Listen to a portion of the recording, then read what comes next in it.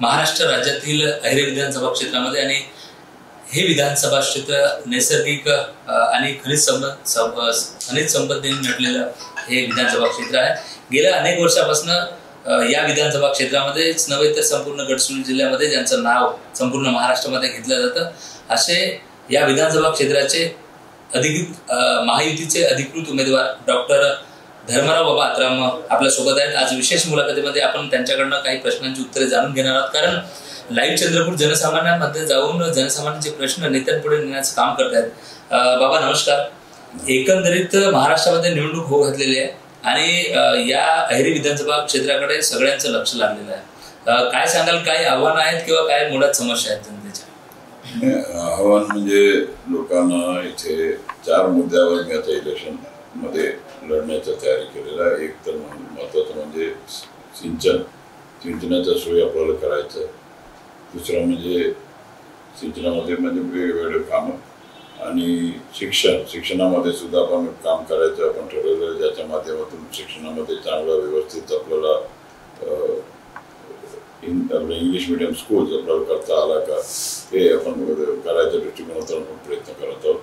त्याच्यानंतर तिसरा म्हणजे आरोग्याच्या माध्यमातून आपण काही प्रायव्हेट हॉस्पिटल्स आपल्या या क्षेत्रामध्ये येऊ शकतात का, कारण की लोकांना फार लांब जावं लागते आणि इथे एकदम आपल्याला काही हॉस्पिटल्स नसल्यामुळे काही व्यवस्था होऊ शकत नाही आणि त्या दृष्टीने काय प्रायव्हेट हॉस्पिटल्स इकडे येऊ शकतात का, त्याचा आम्ही विचार करून काही ना काही इथे करता येईल त्या दृष्टिकोनातून आपण करणार आहोत.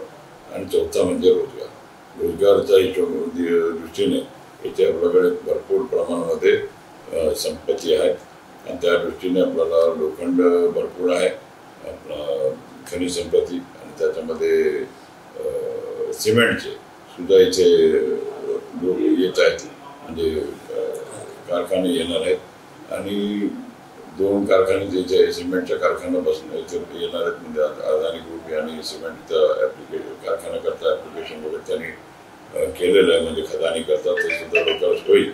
आणि या 5 वर्षामध्ये कसं कोणत्याही परिस्थितीमध्ये आम्हाला इथे कारखाना आम्हाला सुरू करायचा आहे, या दृष्टिकोनातून आम्ही प्रयत्नशील आहोत. JSWच्या माध्यमातून इथे सुद्धा कारखाना होण्याची शक्यता आहे आणि तिथे सुद्धा जर कारखाना तर 1 लाख कोटीचा इन्व्हेस्टमेंट इथे होईल आणि 1 लाख कोटीचा इन्व्हेस्टमेंट झाला तर जवळजवळ दोन्ही ह्याच्या सिमेंटचा आणि JSWचा जर कारखाना झाला तर जवळजवळ आपण 25 ते 30,000 युवकांना आपल्याला काम देता येईल आणि हा फार मोठा माझा अचिव्हमेंट राहील. एक विजन आहे माझा की जे कुठेतरी आपल्याला आता हा एरिया जंगलांनी व्याप्त असला तरी आपल्याला या खनिज संपत्ती बाहेर काढून आपल्याला काही चांगलं करता येईल का, ह्याच्यामध्ये माझा एक प्रकारचा माझा विचार आहे आणि माझं विजन आहे की कुठे हाताला जास्तीत जास्त काम देऊन लोकांना कुठेतरी एक आर्थिक परिस्थिती माझ्या या ट्रायबल विभागामध्ये राहणारा प्रत्येक व्यक्तीचा सुधारला पाहिजे, हा एक माझा उद्देश आहे. नक्कीच या विधानसभा क्षेत्रामध्ये जवळजवळ भामरागड तहसील असेल किंवा एटापल्ली आहे, सेलूच्या आहे, सगळ्या गावांमध्ये आम्ही लाईव्ह चंद्रपूर जात असताना अनेकांची आशा बाबा आत्राम आहेत असं बोललं जात आहे, कारण युवकांना रोजगारांची खूप आवश्यकता असल्यामुळे आणि अनेकांना ते स्किल डेव्हलपमेंटच्या ट्रेनिंग असतील किंवा असे उपक्रम देखील आपण राबवतात. वडलापेठ सारख्या ठिकाणी असेल, कोणसरी सारख्या ठिकाणी असेल. आता मुळात राजकीय हेतूने वातावरण खूप तापलेलं आहे. आता या हल्ली आताच्या निवडणुकीमध्ये आपली मुलगी देखील आपल्या विरोधामध्ये आहेत. अमरीशराव महाराज अपक्ष म्हणून उभे आहेत. खरी टक्कर कुणामध्ये असं वाटतं? नाही, खरी टक्कर म्हणजे असं सगळं निवडणूक म्हटल्यानंतर सगळेच उमेदवार सक्षम आहेत आणि माझा एक ॲडव्हान्टेज असा आहे की मला सर्व भाषामध्ये आपल्याला बोलता येते, ते एक महत्त्वाचं आहे आणि या सर्व भाषा येत असल्यामुळे या 4-5 भाषामध्ये इकडे आपल्याला बोलावं लागते, लोकांशी जर संवाद करावा लागते आणि ते एक प्रकारचा मला थोडाफार ॲडव्हान्टेज तितका आहे. आणि राजे आहेत ते राजेच आहेत, ते राजे असल्यामुळे त्यांच्याबद्दल मी काय बोलणं काय आपलं उचित होणार नाही. ते माझे पुतणे आहेत तर ते एका बाजूला पुतणे एका बाजूला पुत्री आणि ते दोघे असल्यानंतर तरीसुद्धा इथे 12 उमेदवार आहेत मला धरून. तर 12 उमेदवारामध्ये आता एक चुरशीचा लढत होणार आहे, परंतु मला जे वाटते मी जे फिरलेलो आहोत जवळजवळ 2.5 महिन्यापासून मी सतत या ग्राउंडमध्ये फिरत आहोत. जेव्हापासून माझ्याशी धोका झाला, मुलगी जावई वेगळे झाले, तेव्हापासून मी सतत स्वतः फिरत आहोत.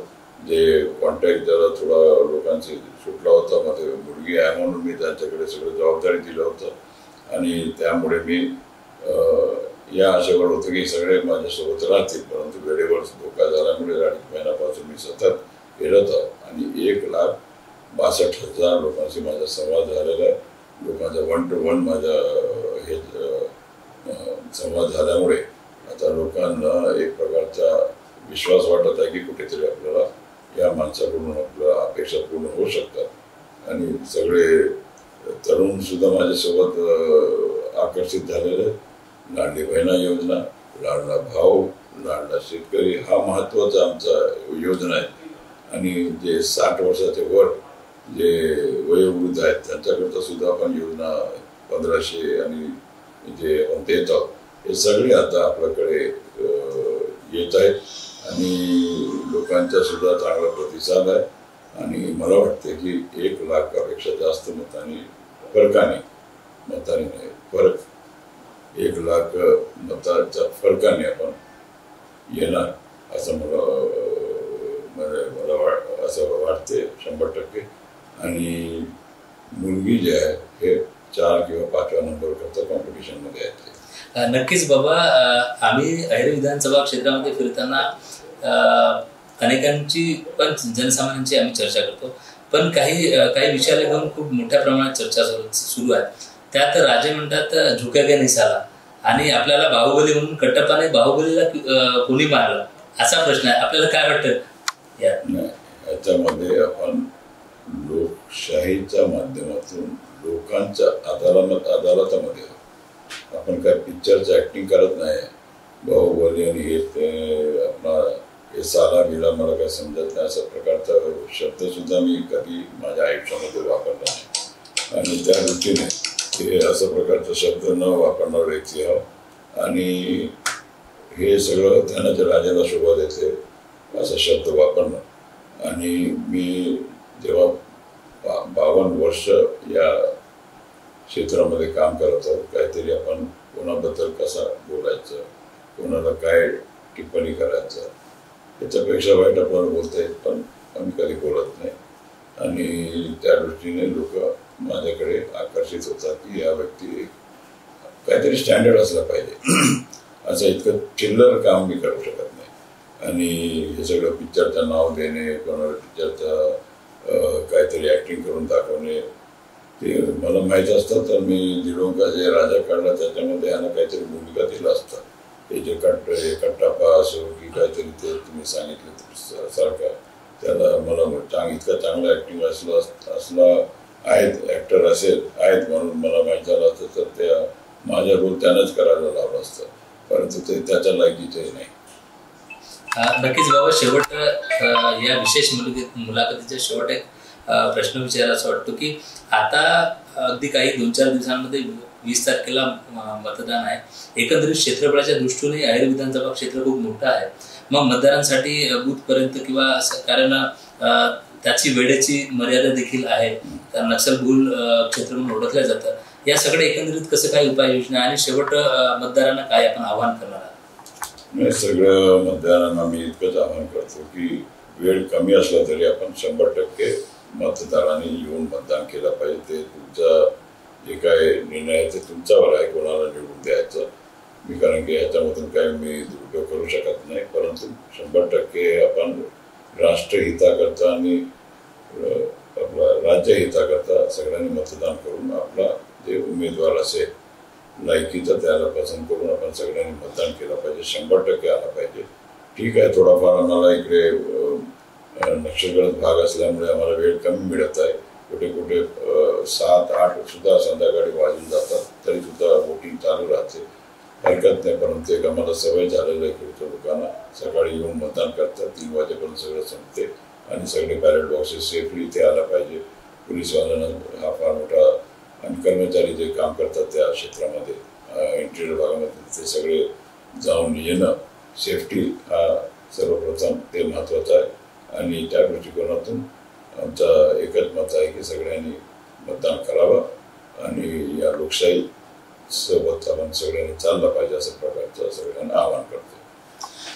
नक्कीच हे होते डॉक्टर धर्माराव बाबा आत्राम. मतदारांना आपल्या मताचा अधिकार राष्ट्रीय हितासाठी, राज्यहितासाठी, सर्वांगीण विकासासाठी मताचा अधिकार त्यांनी बजावावा हे देखील आवाहन यावेळेस त्यांनी केलं.